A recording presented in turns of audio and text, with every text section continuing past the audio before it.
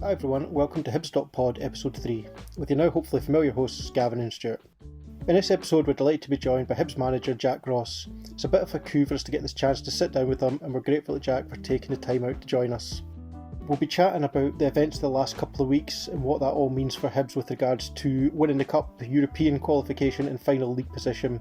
We'll also be chatting about the phenomenon of the Cup goalkeeper and again how that relates to Hibs.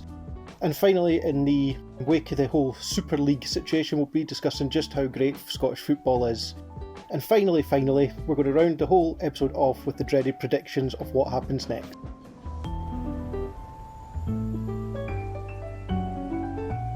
Yeah, thank you, Stuart. Obviously, we're really excited to be joined by the Hibs manager today, but just got a little bit of housekeeping to get out of the way at the start.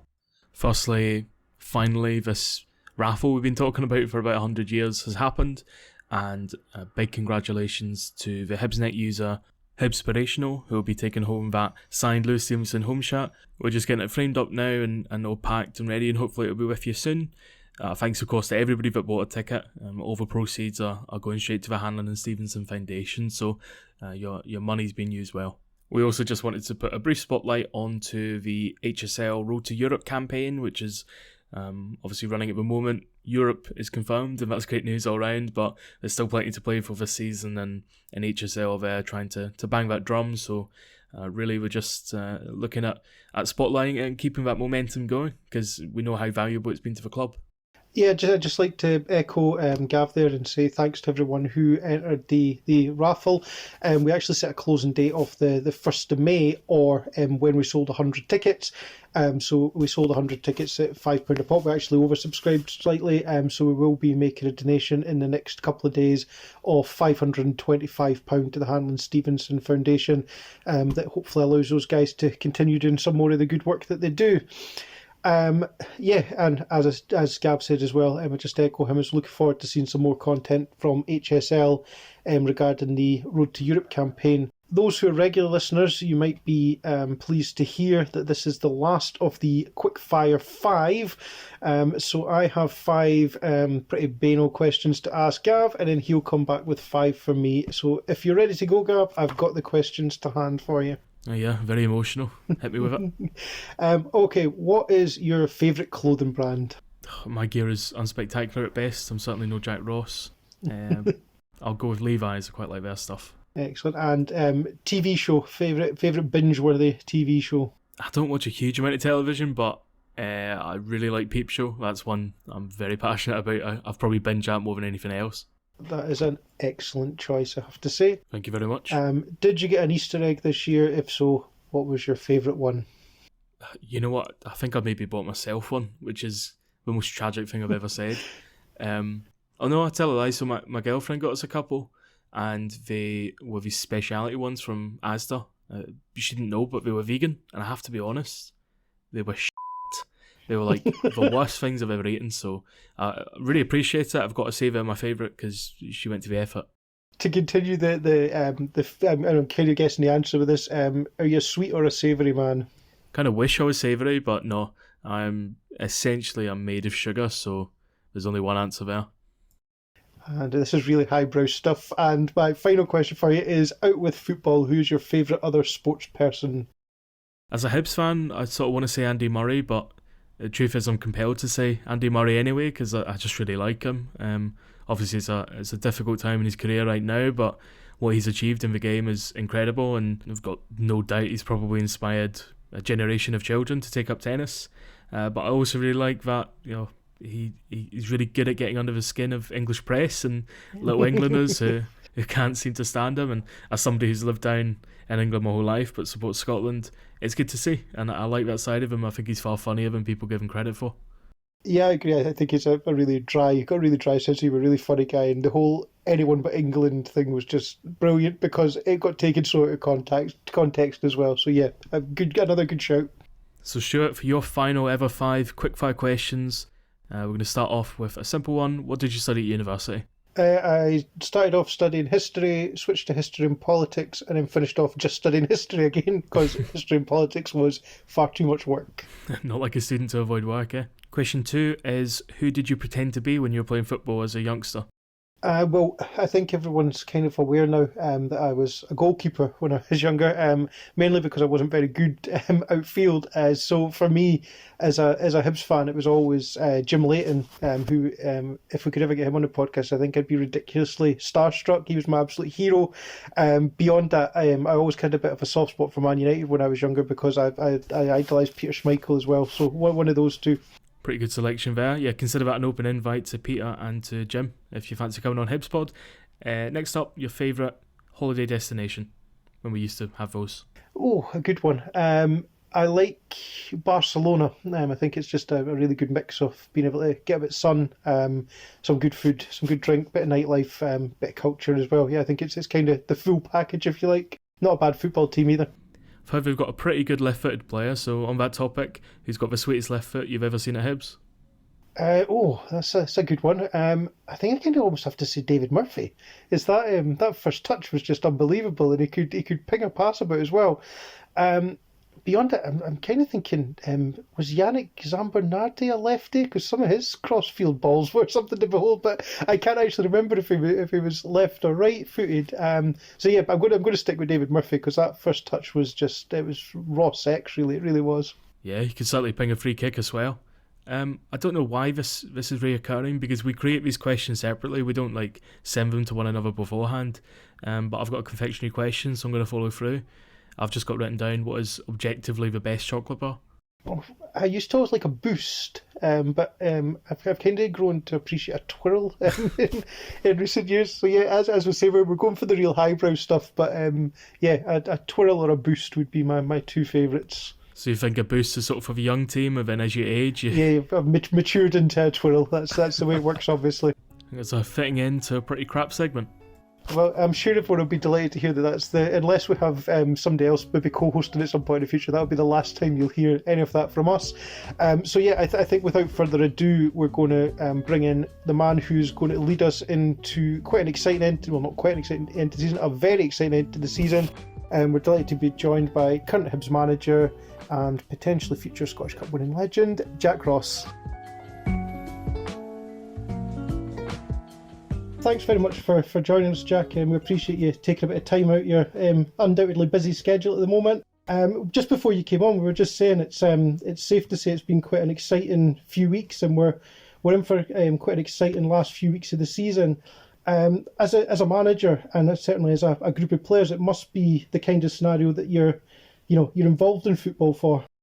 Yeah, look. Before I get to the answer, I think first of all, good evening and thank you for the invitation. But I just also want to make clear that when this was passed to me with the club, I said, "Is that the forum that tells me that I should be sacked every week and tells me I'm hopeless more than once a week?"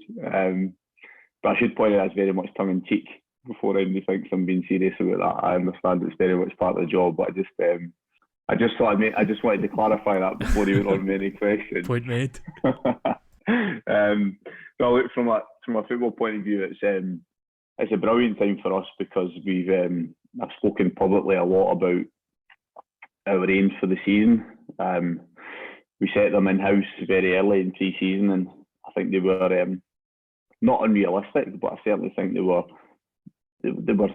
high ambition, if you like, in terms of finishing where we wanted to in the league and winning the cup competition. And although we've not done either yet, we've given ourselves an opportunity. And previous opportunities we've not taken, and then opportunities that lie ahead of us in the next few weeks. And as players and staff, they are really excited about it. I think they should be proud of what they've achieved today, but equally they understand that they're on the cusp of achieving something historic and memorable. And that's a brilliant place to be in, having put in so much hard work over the previous 9 months, 10 months. I'm actually glad you started off the way you did there, Jack, because it was a question I had a bit further down, but we may as well come to it now. Is obviously a football manager is quite a sort of unenvious job in the sense that just about everybody thinks they can do your job better than you can, and oversimplifies it probably quite a bit. How easy is it to kind of block that out? How much do you sort of accept that fans have their opinions? And I think more sort of importantly, how do you go about sort of shielding the players from it, either when the praise is maybe a wee bit OTT or when the criticism's likewise? Is it something that you try to do, or did you kind of leave them to their own devices with regards to it? Well, I think the first part from a personal point of view or from a management point of view, I definitely think that experience and time in the job helps you. You know, I'm in excess of 250 games now and had different experiences as a manager in the last two jobs in particular. You know, big clubs with big expectations and big fan bases. And your opinion, I think you're right. The first point you make is one that I've done some presentations at business events, and that's when I'm opening slides. There's probably a lot of people in this room think they can do my job better than me, and it just goes with the territory. And I think you have to. I don't think you should become too uptight about it. And it's not just supporters. It's the media. It's pundits. It's family members. People will tell you all the time what you should have done better, because most of the time these people are coaching and management in hindsight, and that's, if I could do that all the time, then it'd be brilliant. You know, if I could make all my decisions with benefit of hindsight, that'd be great. So no, I think I've become now well accustomed to dealing with that noise, if you like. I think the players is a separate thing. Very different age from me for a start. So I think that emotional maturity that comes and that resilience that you grow, I think, as you go older in life and you deal with life experiences, not just career experiences, make you a bit more, not tough, but probably thick-skinned. So all you can do is give them the benefit of your own experiences in that respect, you know. And I think that comes down to the culture you create, how comfortable your players feel at communicating with you about all manner of things. So I've got a group that I think would tell you that they believe they can come and speak to me about anything, or my staff about anything. And it's undoubtedly challenging for young players. I think we see this weekend, you know, the action that's been taken by football clubs across the country to try and highlight how the line can be crossed at times. I know some of my players receive, you know, ridiculous stuff online. It's just a little bit reflection of the modern world. But I think for us to be involved in professional sport, you've got to accept that you will be criticised, and it's just nature of the job. You've got to build up resilience to be able to cope with it, and also recognise when it goes beyond something that's acceptable. You know, I think that's a lot of the debate at the moment. Yeah, no, that's a good answer, and certainly a bit of food for thought there. So coming back to the next few weeks, we've obviously now been landed with the sort of dreaded favourites tag for the Scottish Cup, and obviously that brings a bit of pressure with it. But you know, one of the things that's kind of been debated a bit online, both on our forum, on Twitter and such like, is, you know, kind of almost like third place doesn't matter now. You know, it's all about winning the cup because of the longer term implications of winning the cup. As the manager, how do you feel about that? And more generally, how do you, again, kind of get the players just focusing on, you know, the one game at a time, don't worry about the future, you know, that'll take care of itself, let's just get the jobs done as they sort of come? I think I can understand people's preferences or supporters' preferences, particularly our club's relationship with the Scottish Cup. I can understand why to try and win that relatively quickly again is a huge attraction, and I don't think we're any different, players and staff.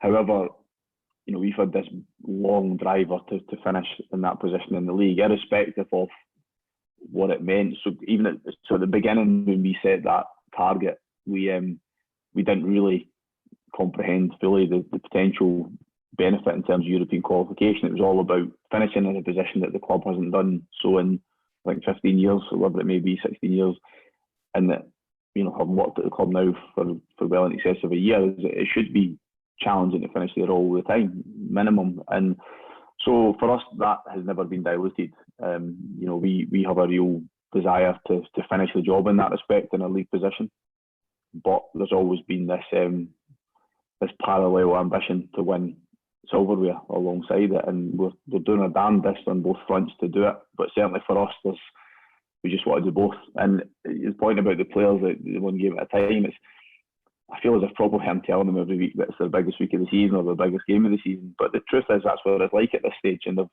they're responding brilliantly. I think they're in a good place, a lot of them at the moment, in good form, which is nice, you know, to have that being that kind of mindset and performance level at this important stage of the season. It gives us huge optimism.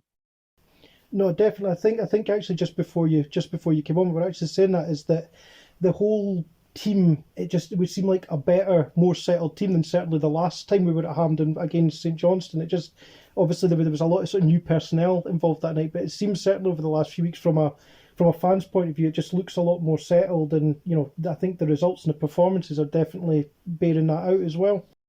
I think we, going back probably the very first question you asked about how you deal with criticism and whatever it may be, but I self-reflect on a daily basis. Everything I do within the training ground, what we deliver for the players, how we speak to players, and that continues to games. And so you're continually trying to get better and improve and look at what you could have done better. And then there's been an evolution of this group as well, because a lot of them individually for me have improved as the seasons went on. And you can take the obvious examples of a Josh Doig who has grown and grown and grown.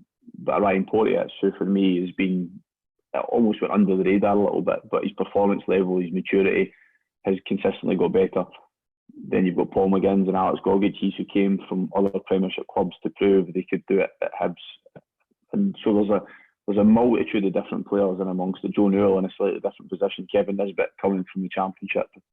And all these players, I think, have shown good consistency, but equally, like we all have had periods of dips.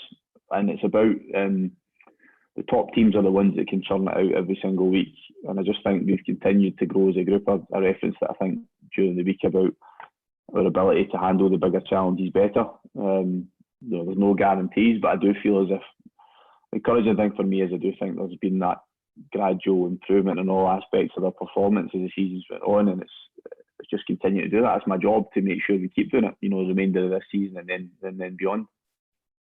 I think one of the points that I was going to ask about, and I think you've kind of led us quite nicely into it, is I remember speaking to George Craig about 2 or 3 years ago, and he said that when Ryan Porteous played one of his first games, I think it might have been his first start, it was away at Ibrox, and he said, he says, before the game, he says, as the then director of football, head of football operations, he said, I was 99% sure he was a good enough player physically, so I was 99% sure he was a good enough player technically. He says the only question mark that was in my head, and he says it was a bit swithering, was he a good enough player mentally? And he said it was something that Hibs were really looking to focus on, is making sure that young players coming through had the right mentality. Is that something that you've noticed a change in it, and even the short time you've been at Hibs, with regards to both young players and I suppose even more established players as well?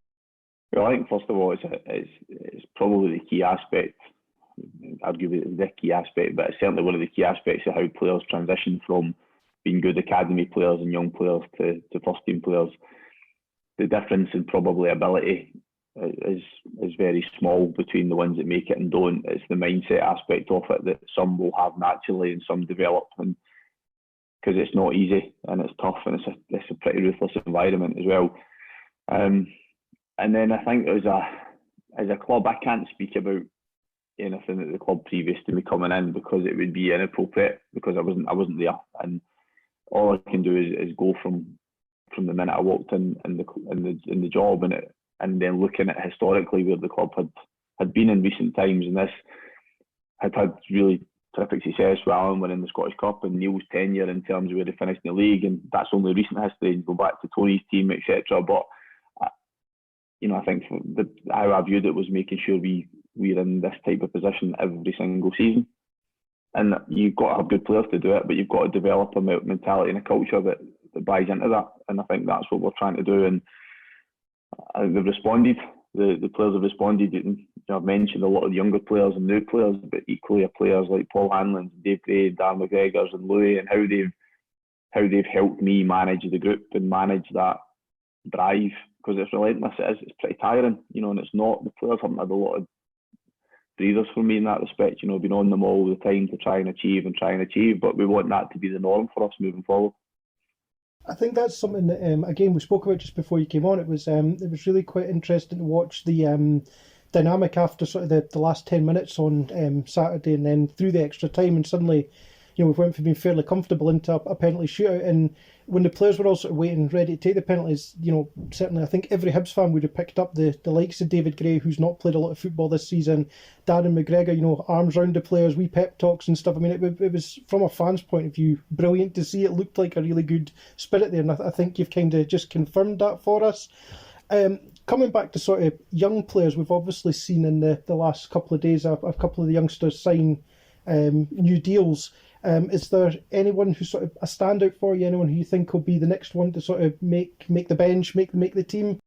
It's been a difficult season in respect to judging a lot of the younger players properly, particularly the really young ones, if you like, that are coming into the full-time environment for the first time, because they've had long periods where they've not been in and around the HTC.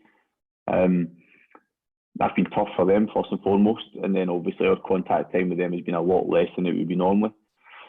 Thankfully, they're obviously returning to play now, which is good, and we've managed to see them playing. We've had Jacob Blaney's trained for the first team a few times. Ethan's been involved in the matchday squad. Ethan Laidlaw, sorry, and we it's been a little bit frustrating for us in having that less contact time. In terms of Josh Doig was one that grabbed the opportunity this pre-season. Stephen Bradley, maybe forget because he's been around the first team squad all season, but is the one again who's probably grabbed that opportunity. He's trained with me all season, and he's made massive progress. He's the one that probably we believe that has the necessary attributes to break through. No guarantees, but he's the one that we think is a good opportunity. We will use the remaining couple of weeks of the season to involve Jack Bryden, the young centre half, and amongst the first team group. That helps us with prep for games because we're light in that area of the pitch. So when we're prepping for games and using other players' opposition, etc., he'll be involved in and around that. And he's one that's enjoyed some time at Stenishmere over the last few months as well. So most always say for definite who we think will come through because you can be surprised. But I think there's enough within our own system that give us confidence that we can have another Josh Doig emerge, hopefully over the coming months. There's a lot kind of said about these days about teams having the manager's stamp on them or a managerial ethos and how that fits with a club. From your point of view, is that something that you really believe in, that a manager can have a philosophy that can work regardless of the club he's at, or do you think you have to adapt to fit a club? And more generally, sort of as you were as a player and as a football supporter, who were sort of your favourite managers yourself? Yeah, I think that for me, I think management is about being flexible and adaptive in all aspects of it. Like unless you're very fortunate to go in and work with the best materials and usually the most resources, I think you have to be prepared to bend a little bit. So be prepared to bend with your own approach, be prepared to bend with the type of club you're at and the ethos of that club. I think that's what I've tried to do. And so coming to Hibs, for example, because obviously born in Scotland, played in Scotland, played against Hibs a lot, played at Easter Road a lot, was easy for me to be aware of the club's history and tradition and have a certain way of playing, etc. And so I've always been respectful of that and mindful of it. But equally, I've got to try and develop a club and a team that will consistently achieve success. So I think that probably sums it up, as I said, being aware of the environment you're working in, being prepared to adapt and be flexible, but I think you also have to have certain trust in your own methods. I think that's where I've got to now. In terms of, I suppose from my own point of view, I always wanted to be a manager. I ended up coaching a lot more than I maybe had imagined, and I'm glad I did. I think it helped me be much better prepared for management and a better manager for it. And I never really had any idols or role models, etc. If you like, I was fortunate that when I went into management at Alloa, that we drew Celtic in a cup tie in my time there and played against Brendan Rodgers' team, and he was good. After the match, he invited me to Lennoxtown, and that continued when I was at St Mirren. And his way of working, how he approached things, not just on pitch, I think just off pitch, and how he built successful teams, I think was it ran alongside, I think, my approach and how I viewed things as well, and it gave me the assurance that I was maybe on the right track, but equally learned things from him as well. So I think it's difficult to argue with his qualities as a manager and the success he's had. So, but other than that, I think it's Guardiola that talks about being an ideas thief, and I think that's what the best coaches are. I love watching other people coach, irrespective of the level of the game. I could go and watch somebody coach a junior team and pick something up. I could go and watch somebody coach an under 14 girls team and pick something up. I enjoy watching football. I love watching football. I love watching people coach. Spend a lot of time trawling YouTube for coaches. There's some weird and wonderful stuff you can pick up. There's a guy in Turkey called Hibs Karaman whose stuff is really good, and it's great for me because it's part of my passion, if you like, to go and do that. Well, thank you for the answers there, Jack. We sort of sift through the forum to get a lot of those questions. I can't say I remember anybody asking for you to be sacked this time around, so that's maybe progress of a kind. Oh, listen, that's a blatant lie. There's absolutely that would have been the case. Don't worry about that. That's just part of the job. Right. Well, okay. We'll take our medicine there. But yeah, so plenty of questions about football, and we've kind of covered some of that. But I have to say, a disproportionate number of questions all across social media about your clothes. So I've kind of got a moral duty now to ask about your attire. Simple one. Where do you get your clubber? I suppose I get different places, but I get quite a lot of my stuff from Reese. I'm pretty lazy that way. That I'll just buy from the same place. Do you know what? It's funny. I don't know if that was a positive or a negative you were asking there, but yeah, I've always liked clothes from a young age, so it's probably been one of my only vices, if you like, in terms of doing stuff for myself. So it's never really changed, to be honest. And if people are happy with it, then that's not bad. Especially as you get older, it gets tough to dress as you get older. Believe you me, once you get to my age, you'll find that you start having to make tough decisions about denims and what you wear on your feet, etc. I'm already struggling. I'm 25, so I look forward to that.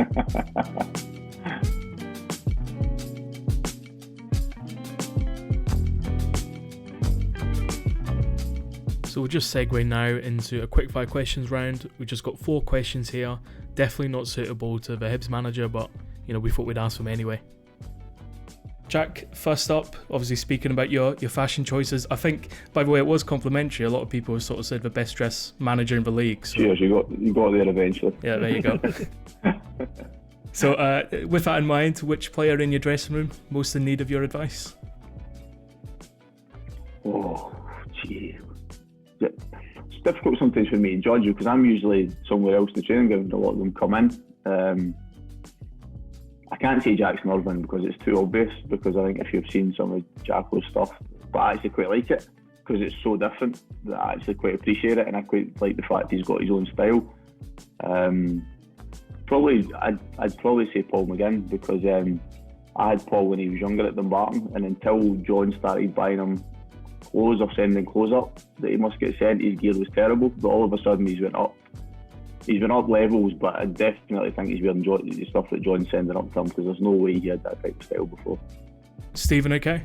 The other brother? No, he's actually terrible, Stephen, to be honest. He dresses like he's 19, he's in his 30s now, so he's actually, there you go, he trumps Paul, he's worse, Stephen. McGinn's taken out. So next up, obviously we hope it doesn't happen, but if we're in a situation you had to trust an outfielder to go in sticks, who are you choosing? Do you know I was genuinely the only player that I've seen jumping about the goals and outfield player is Boyley, which probably doesn't surprise you. No. And he'd probably back himself to go in there and do it. So yeah, he'd go in. He's the only person I've seen do it. Not as tall as Matt Macy, but no, not quite. certainly bouncy. Alright, we'll take it. Next up, so we know you wrote a few children's books sort of centred around football. Which player would you say is most likely to have a book in their hand, and who's never picking one up? Yeah, when I think about that. Well, there's a few that are struggling to pick them up. There's a right few contenders for that. Josh Doig's right in the running for that, to be honest. Disguises it well because he's such a nice young man, but he's lucky he's kicking on at football. There's a few boys that are actually quite good conversations. So Dave, Daz, Paul Hanlon, Louis, they're all doing the real licence at the moment, and I've been tutoring on it over the last year, so they've good conversation. Doigie's good guy in terms of quite well-rounded and good conversation as well. So yeah, those ones. There's a lot in our team that are actually not too bad, but there's also definitely the Josh Doigs and the Boyleys and the Portlos who are coming up the rear. Yeah, I think we could probably guess that, actually. I think that makes sense almost. Right, so next up, actually we just spoke about the man Jackson Irvine. He was our last guest, so yeah, we got a good sort of spell of his fashion insights, but he's also a guitar player. So we're just wondering if there's any hidden talents in the dressing room that we don't know about. Well, there's some hidden talents that are not for, I couldn't possibly say, because you would have to put some sort of warning on this, namely from my assistant manager, John Potter. Those things that if I said that he's best friends with Martin Boyle, probably gives you an insight into another mentality. I don't know, to be honest. I think, as I said, it becomes probably tougher being the manager in terms of getting a real, sometimes know what players are up to, as opposed to John and Craig Sampson will probably answer that question better. Perfect. Thanks for the answers, Jack. Good, thank you. I think it's 17 months you've been in the job now, Jack, but it maybe doesn't feel that long because only 4 of the months were fans in the stadium for it. We know it's difficult enough to acclimatise to a new job and to get used to a new city, certainly to put down roots and to kind of get the club under your skin, if you like. You've had to do that in a completely unique situation where the challenges are quite novel, not having fans in the stadium for big moments, and the highlights probably didn't feel quite as high, and the lowlights are probably a little bit easier in some ways, but all of that goes into forming a relationship. I mean, to what extent have you been able to get the club under your skin and to tack onto the end of it? How do you see that relationship changing and continuing to develop once fans are back in the stadium?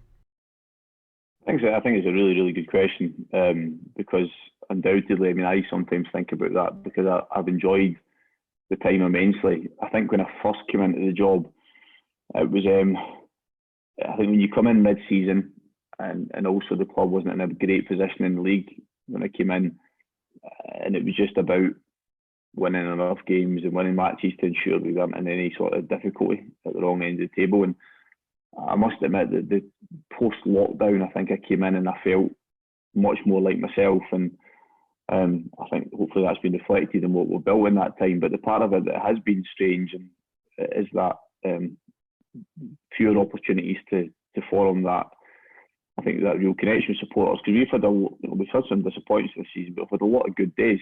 A lot of times I think that the stadium would have been enjoyed it. Away days, I think the fans would have really enjoyed, and that's the part of the job that I'm hugely fortunate with. So I've missed it, and it's I suppose a little bit of regret. You'll look back on that for that period, none of us will have it. So I look at like Kevin Nisbet's and Josh Stories, etc. as well. Have a brilliant season and have not had that adulation, if you like, and appreciation, and not been able to give that back. But it certainly hasn't. I can say genuinely, it certainly hasn't affected how I've kind of grown into the role and how I've came to view the club.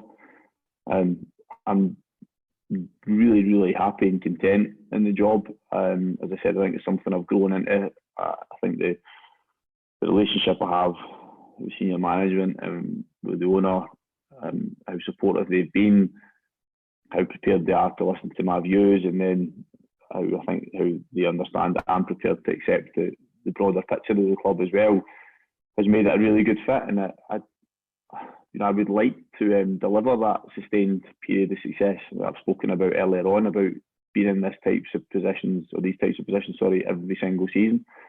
And then if I can do that and fans are back in, then that bond, I think, will continue to grow. But certainly that I'm still lucky that I get a lot of communication from supporters. I still bump into supporters, and I think in the main they've enjoyed it, and that's reassuring. But certainly it's been, I know supporters have missed it, but I think they shouldn't underestimate how much we've missed it as well. It can be bad times and it can be negative at times, of course, like every club. But in the main, you miss that buzz of having people around you within stadiums. I think just quickly there, Jack, you touched on the sort of good relationship you've got with the sort of senior management of the club.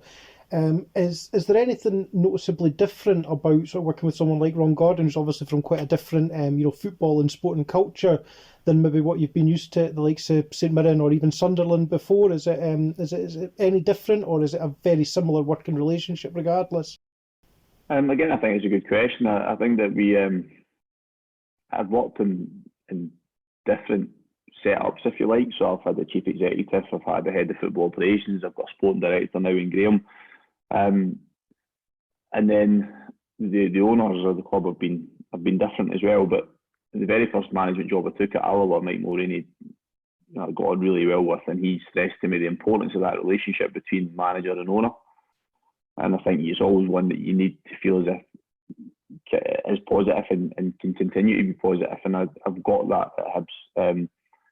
And with Ron, we speak regularly, but a lot of the time our conversation will begin with matters related to Hibs and the team, etc. But then we tend to go off on tangents, and I'm fascinated by his own life story, if you like, and how he's become successful. And he's good company. I think the supporters will have seen that from the communication I've had with him. And if they ever get the opportunity to meet him at closer hand, he's got a bit of charm about him, and as I said, he's a good personality. So I think that, for the long answer, to say that the most important thing I think is that personal relationship. I think that is vital within any club, and I'm fortunate that I think I have that with the owner. Probably still sacked me at one point, but that's just the way it goes as well. Well, I mean, on that, it's quite clear. You've said you're happy here. You're kind of building into the role. I remember there was some chat when the Celtic manager was under pressure, and you very quick to sort of shrug that off as well when your name was mentioned. I mean, when you look at the league now, there's not that many long-serving managers in it, and I guess that's a recurring theme. Is that something you're very much you're here to try and remedy and become a kind of long-serving manager for Hibs? Because even the successful ones in recent years probably haven't been here for a big long spell, if you like. Yeah, and I can understand why. I think the way that I keep speaking about football is often just the same as a lot of other industries of modern society, and society now is so fast paced and everybody wants change so quickly. So then the wrong side of that is that's why managers lose their job so quickly, is because on the back of 2 or 3 years always people can want change. But equally then when you flip it, then people have a short period of success and they feel like I've got to move. So there's professional aspects of that and personal, and I think that's maybe sometimes the thing that people don't see as well, that football managers just normal human being, wife, 2 daughters, and a family life and contentment, and that is important to me as well, and so is the professional aspect of it. And I've always been ambitious and always wanted to do well, and in a short period of time I've probably progressed pretty quickly in management. But as I mentioned earlier, I'm really, really content at the moment. I'm really happy with the club. I think it has been a good fit from very early. I think that we're in alignment with how we want to try and take the club forward and have that consistency. And if I'm part of that, then brilliant. As I said, nobody can foresee the future, definitely. But for me at the moment, I feel as if I'm in a good place personally, and I think when you're like that, I think that is reflected in what you produce in a working environment as well. I think just sort of if we're going to start moving towards rounding up, Jack, I think obviously I think I'm right in saying that this is the first time you'll have managed in Europe, and that's guaranteed now. First of all, it's obviously exciting for you, but second of all, is there anyone you'd really, really like a crack at in Europe, or is it just take what we get?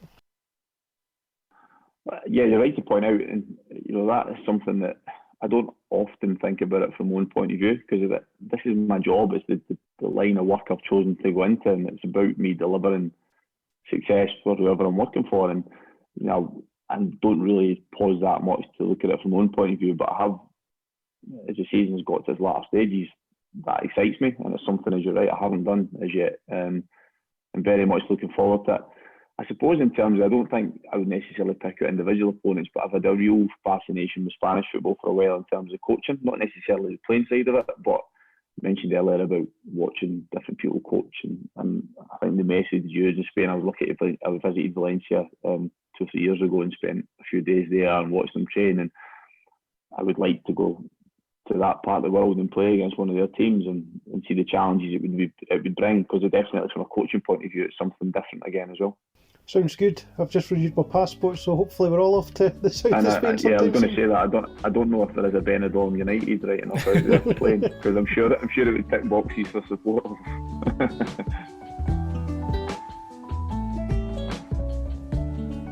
Thanks once again to Jack Ross for giving up some of his time to speak to us, Peter. We really appreciated it, and it was an episode we're really excited about. We also want to thank some fans on the forum who submitted questions, and these certainly inspired some of our questions if we didn't take them directly. So thank you to Northern Hybe, Viva Palmeros, Keith_M, Matty_F, Lust for Leaf, Tom_F, Up the Bracket, The Modfather, Jim B. Hibs, and Blackpool Hibs. We appreciate your contributions, and thank you obviously to everybody else who submitted questions. Sorry we couldn't get to all of them. Yeah, again, just to echo Gav, thanks to everyone who contributed questions. We didn't manage to obviously answer every single question word for word, but we hope we managed to get over a lot of the points that you guys were wanting answered.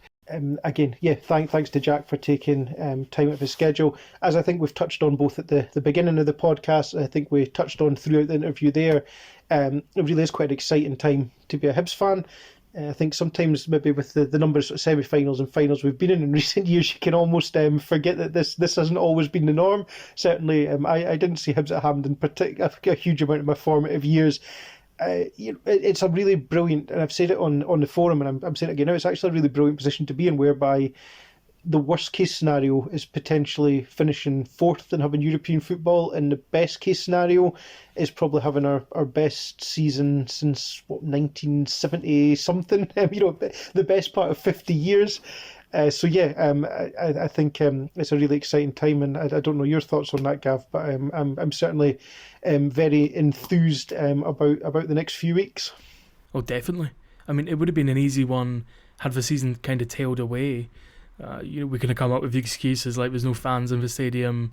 It's hard to get infused when there's not that energy about the place, and if this was a very forgettable season that people very quickly moved on from, and we didn't look back with any fondness, then I don't want to say it would have been forgivable, but I think that would have been a very likely scenario if you weigh things up. But that's never happened. There's always been something to play for. It's always kept us engaged. I know as a Hibs fan, I'm very grateful for that, because there's been times this year that it's been difficult, and football's been able to be a refuge, and not every football fan has had that. So you have to look at it objectively. If we finish third once in about 15 or 16 years, that's a great achievement, but the pressure is on, and it's only on because we've achieved well. We've gone well over the course of the season. We've had ups and downs, of course, but you don't reach Hampden that many times by accident. You don't sit third in the league without meriting it. So, we invite the pressure, and hopefully this time we can deliver.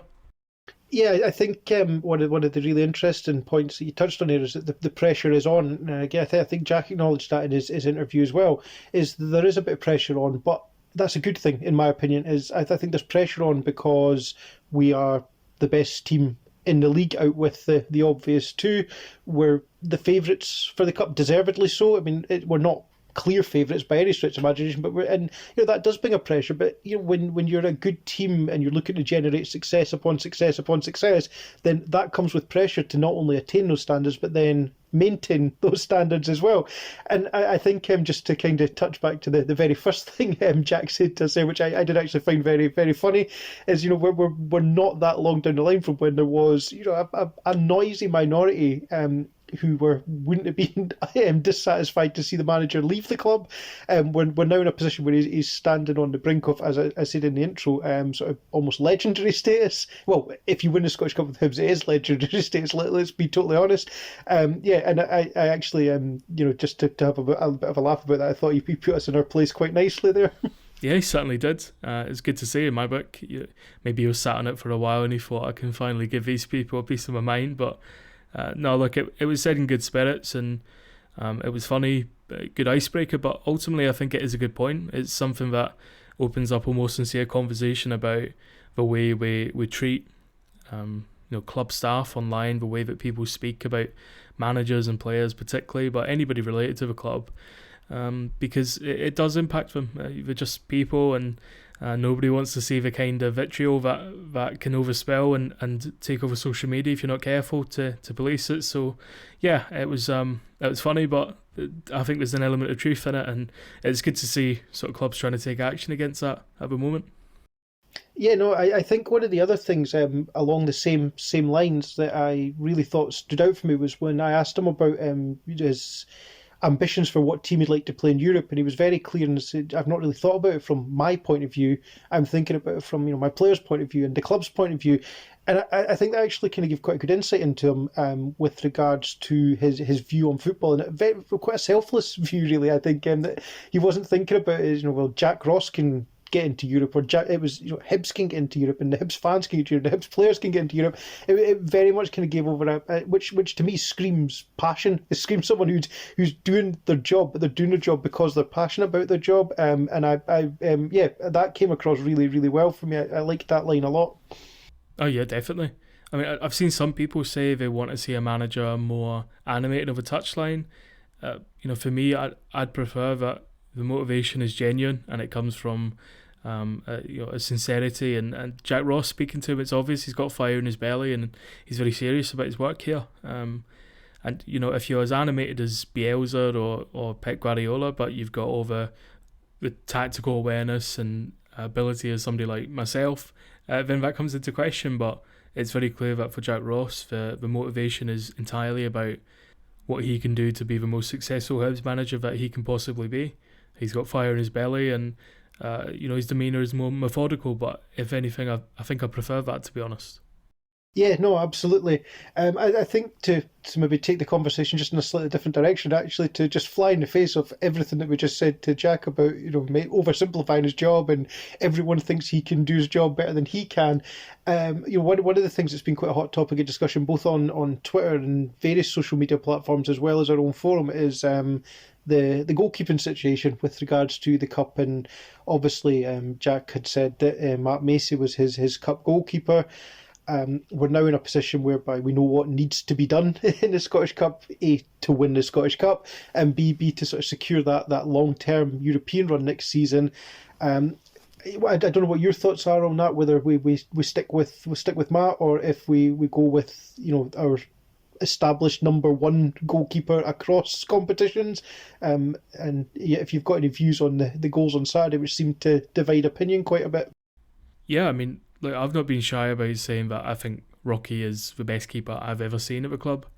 I think the first goalkeepers I kind of remember at Hibs are sort of Zubi Markowski and Simon Brown, so maybe a bit of a low ebb to start on. But if you look at other keepers like, I don't know, Adam Bogdan, I think Ben Williams was pretty good as well.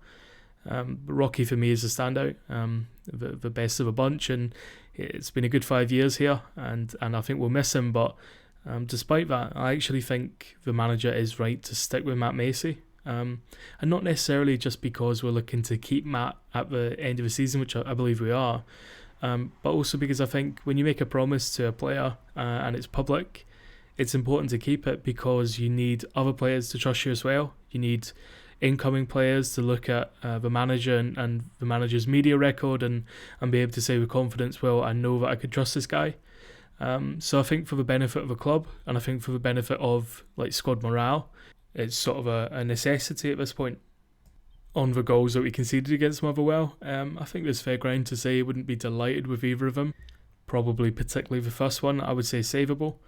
I said on the forum at the time, I think what makes it look a lot worse than it potentially was just the fact that he was stood still and kind of had a bit of a staggered movement. I think that always makes a goalkeeper look a little bit unreactive and as if he's completely flat-footed, when in reality, he might not have reached either of them, even if he was diving. But the fact he didn't make a movement, I think just aesthetically makes it look worse than it was. Yeah, no, there's a few points here that I'd actually probably come back on and sort of put maybe not a different spin on it, but I think with regards to the situation with by who plays in goals, I actually broadly agree with you that I think you have to have a certain degree of loyalty there, especially because as I'll come to in a minute, I don't think Matt Macey's done masses wrong, to be perfectly honest. I do think that where you have a situation though is that if there is, a dubious goal in the semi-final or the final, you leave that kind of invitation open for people to say, well, we've already seen it from Saturday. Well, Ophir would have saved that. He would have done better there. He would have came for the cross. He would have done this. He would have done that. And at the end of the day, that's fans being fans. That doesn't have any bearing on the manager's decision or what happens in the game. The one that always springs to mind for me in this situation was Arsenal a few years ago. Was Richard Wright was their cup goalkeeper. They got to the FA Cup final. I think it was actually in Cardiff at the time, and Arsene Wenger brought David Seaman back in. Arsenal won the cup. I think he kept a clean sheet, but certainly Arsenal won the game. So at the end of the day, you look at it and say, well, he made the right decision because he put the winning team on the park. But I think actually Richard Wright's confidence took quite a dent there, and he went from sort of being tipped as, he was a very, very good goalkeeper at Ipswich, got the big move to Arsenal, was sort of almost seen as David Seaman's successor both at Arsenal and at England, and I don't think he ever really hit those heights. Now, you can't blame one game for that. It's a cumulative effect with all these things, but yeah, it always kind of leaves that hanging. With regards to the goals on Saturday, I made the point on the forum, and I made the point on Facebook, and I made the point to anybody else who would listen, is there's a huge grey area with regards to goalkeeping. Being a goalkeeper myself, between a howler, we've all seen a goalkeeping howler. We all support Hibs, we've all definitely seen a goalkeeping howler. There's a huge gap between goalkeeping howler and keeper couldn't have done anything remotely better. And I think that the two goals on Saturday fall into that area. Was, I don't think they were by any stretch of the imagination howlers. I don't even think they were really mistakes as such, but it's maybe one of those ones where keeper watches again, and goalkeepers being the self-critics they are, maybe says, I could have maybe done a bit better. But the whole not diving thing, I don't think really bothers me. I don't think you said it bothered you either. I remember Magnus Hedman, when he signed for Celtic, he got asked because he'd worked with Andy Gorham at Coventry, so it was like, you worked with a bit of a Rangers legend, and what did he teach you? And one of the things Magnus Hedman said was that when he was a young goalkeeper, he used to theatrically throw himself at everything, and Andy Gorham actually said to Magnus, if you can't save it, don't bother diving. He's like, throwing yourself across like that to a shot that's like, 2 foot over your left arm doesn't impress anybody. It's like, and I think that was probably exaggerated somewhat, but the point remains is that, the whole not diving thing doesn't bother me. I don't think that if he didn't save them, it wasn't because he didn't dive, basically. So would you say neither of them are savable? I think the first one's one of those tricky ones whereby as a goalkeeper it's almost a nightmare one, because the guy's almost shanked it back across the box. I think it's a complete mishit almost, and I think because of the angle it went in at, I think he was anticipating a touch. And I think if he had went early and somebody had touched it, he would have looked stupid for diving the wrong way. And I think the touch hasn't come, and he's not been able to readjust and get to it. But I don't think that makes it a mistake. I think that makes it a bit of a nightmare for a goalkeeper to deal with. And, I think it happens. And you'll see it happen a lot as balls flashing across the front of a goalkeeper and ended up in the back of the net. And it's in that nightmare area where the goalkeeper, he can't go too early in case there is a touch. He can't go too late because he might not get there. Yeah, I think more generally in these situations, it's very easy as fans to overanalyze. I think, as Jack Ross put it, you can manage in hindsight very easily, but we're potentially in a position where we don't really know the intricacies of it, and we can probably overdo it. As I say, I kind of almost don't really want to make a big thing of this, because it makes it sound like we're trying to make a bit of controversy, or for all the controversy that a podcast can create. But it makes it sound like we're trying to start a vendetta. As far as I'm concerned, I'd be quite confident with either of our goalkeepers in the semi-final. I think we've got 2 proven good goalkeepers, and I think in Kevin, who I think we mentioned during the chat with Jack, has just signed a new contract. We've got a very, very good young goalkeeper who I think last month I actually mentioned that it was quite interesting that he hadn't signed a new contract, and I'm delighted that he has. I think I don't think we have a goalkeeping problem by any stretch of imagination. I think we've got three very good goalkeepers at the club. Yeah, for sure. Hibs against Motherwell wasn't the only quarter-final. We saw a number of really entertaining games over that weekend, and it's kind of a question, kind of a statement, just how bloody good is Scottish football? Yeah, I think I actually got my most interacted with, my second most interacted post within Twitter. I've got something like 100 and nearly 200 and something likes for basically saying how bloody good Scottish football is. The last one that I got a lot of interaction with was when I said something nasty about Rangers, and all their fans who don't care saw fit to come on and call me all kinds of names regarding my parentage, heritage, and religion. But there you go. Absolutely amazing. It's been a kind of week whereby football's kind of the haves and have-nots of football, if you like, have kind of been thrown into the spotlight. But I think if you're a fan of St Johnstone or Dundee United or Hibs or St Mirren, I think you very much feel like a have at the moment. Just really, really entertaining games. Every single one of them, old-fashioned cup ties. Some really, really good football played as well. I thought sort of speaking specifically about Hibs, I thought for 80 minutes plus a good chunk of extra time, actually, we played really well. Dundee United, played well against. They were absolutely clinical against a pretty poor Aberdeen side. Kilmarnock and St Mirren served up a cracking draw, and I think Kilmarnock's, talking about goalkeepers, Kilmarnock's goalkeeper kind of showed why he couldn't get a game at Hearts ahead of the couple of the clowns they had last season.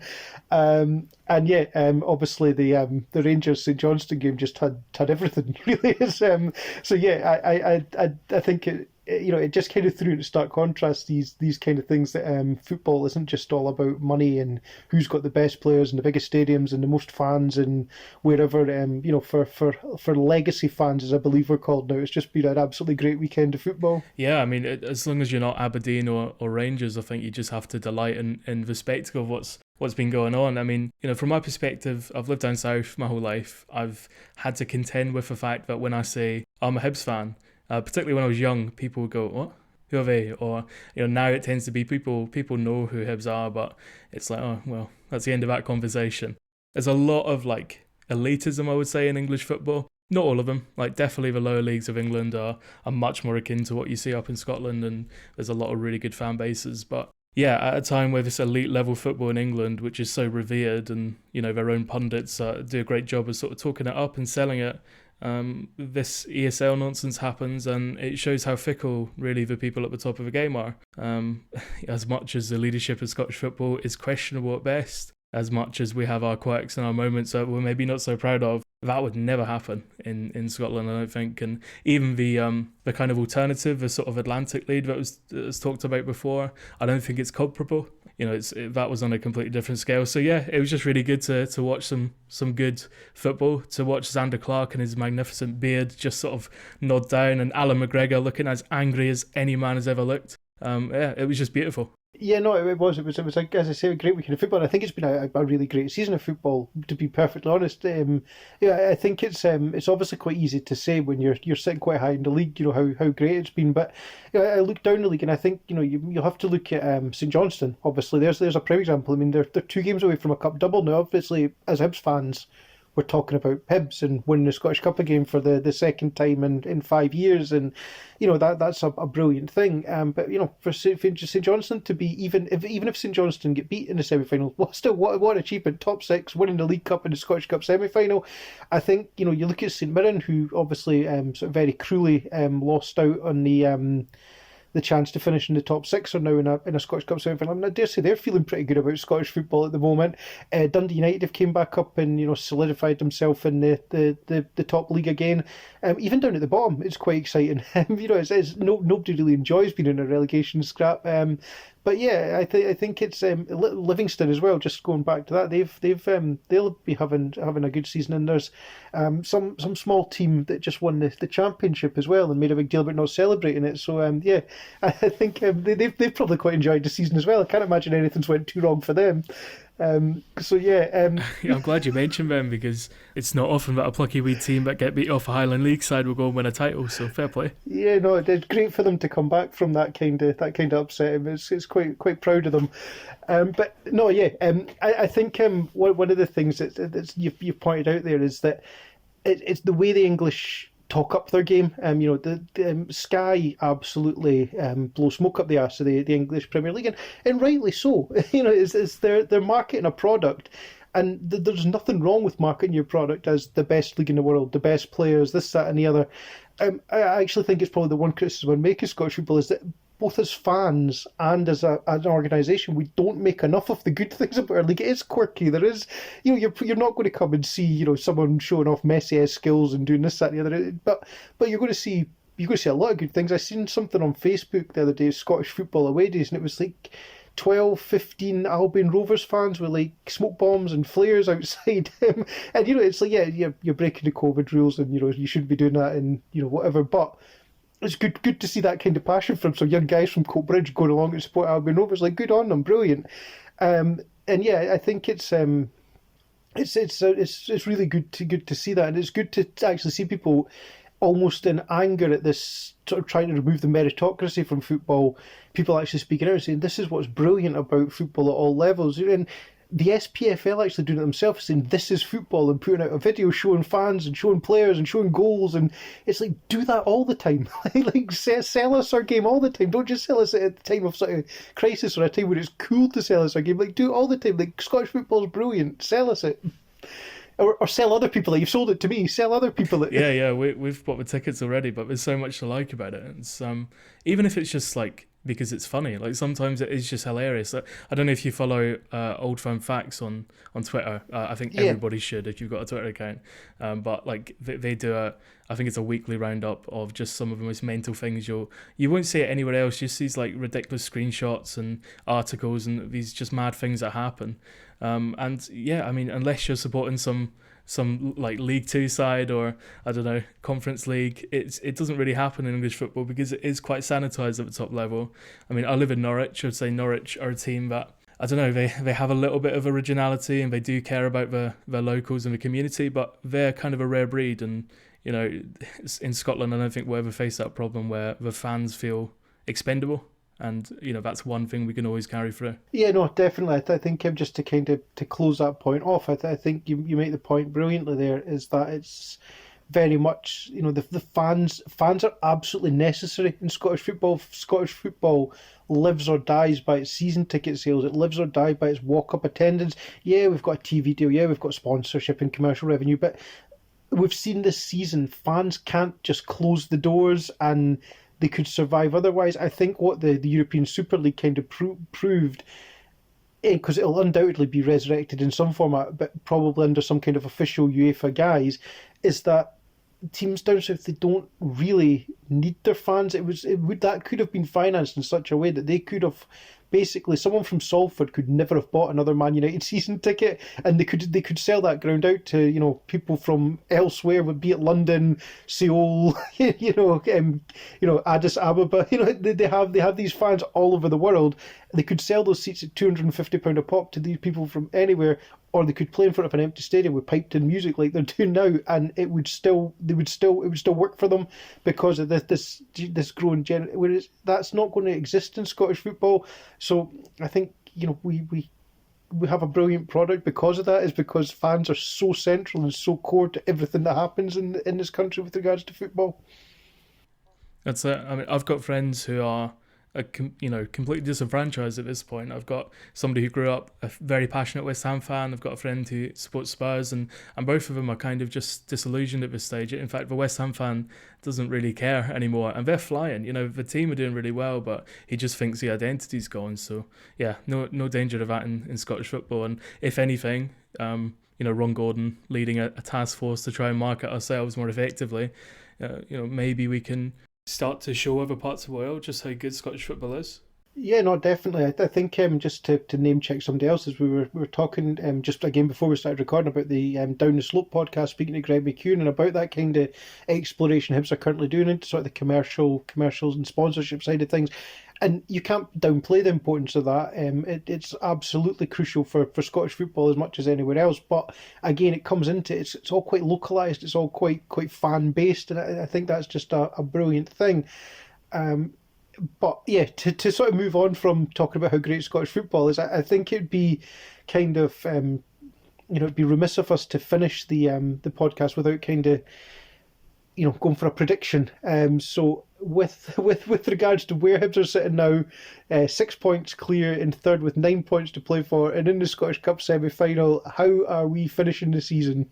Let me just start by saying that I hate you for asking that, but no, fair question. So I think we will finish third. I know it's getting a bit sticky, but we are so close now, and I think we've got enough in us to see it out, and I also don't think Aberdeen have enough in them to stop us. Looking to the Scottish Cup, I can't come on here and say we're not going to win it. We're favourites for a reason. I suppose my main prediction will be that if we're to win the Cup, we have to overcome St Johnstone. I think they're reaching the final, and they've been so sticky for us. I think we could afford to not beat them in the league, and we could still probably finish third, although ideally we would. But I think, in order to win the Scottish Cup, somebody's going to have to beat St Johnstone this year, otherwise they'll have a cup double. I can't come on here and say that Hibs aren't going to do it. So, full faith, we're going to make it ours, and it's going to be an incredible moment with no fans in the stadium whatsoever. Yeah, no, I think for me, I actually don't think we even need to. I don't think we need to pick up another point this season and we'll get third. I'm pretty confident that Aberdeen don't have 6 more points than us plus the X number of goal swing that they need. I don't see that coming from watching them. The games I've seen of them, even since Stephen Glass took over, I don't see them having that. And I think we'll win the semi-final. I think we're a better side than Dundee United.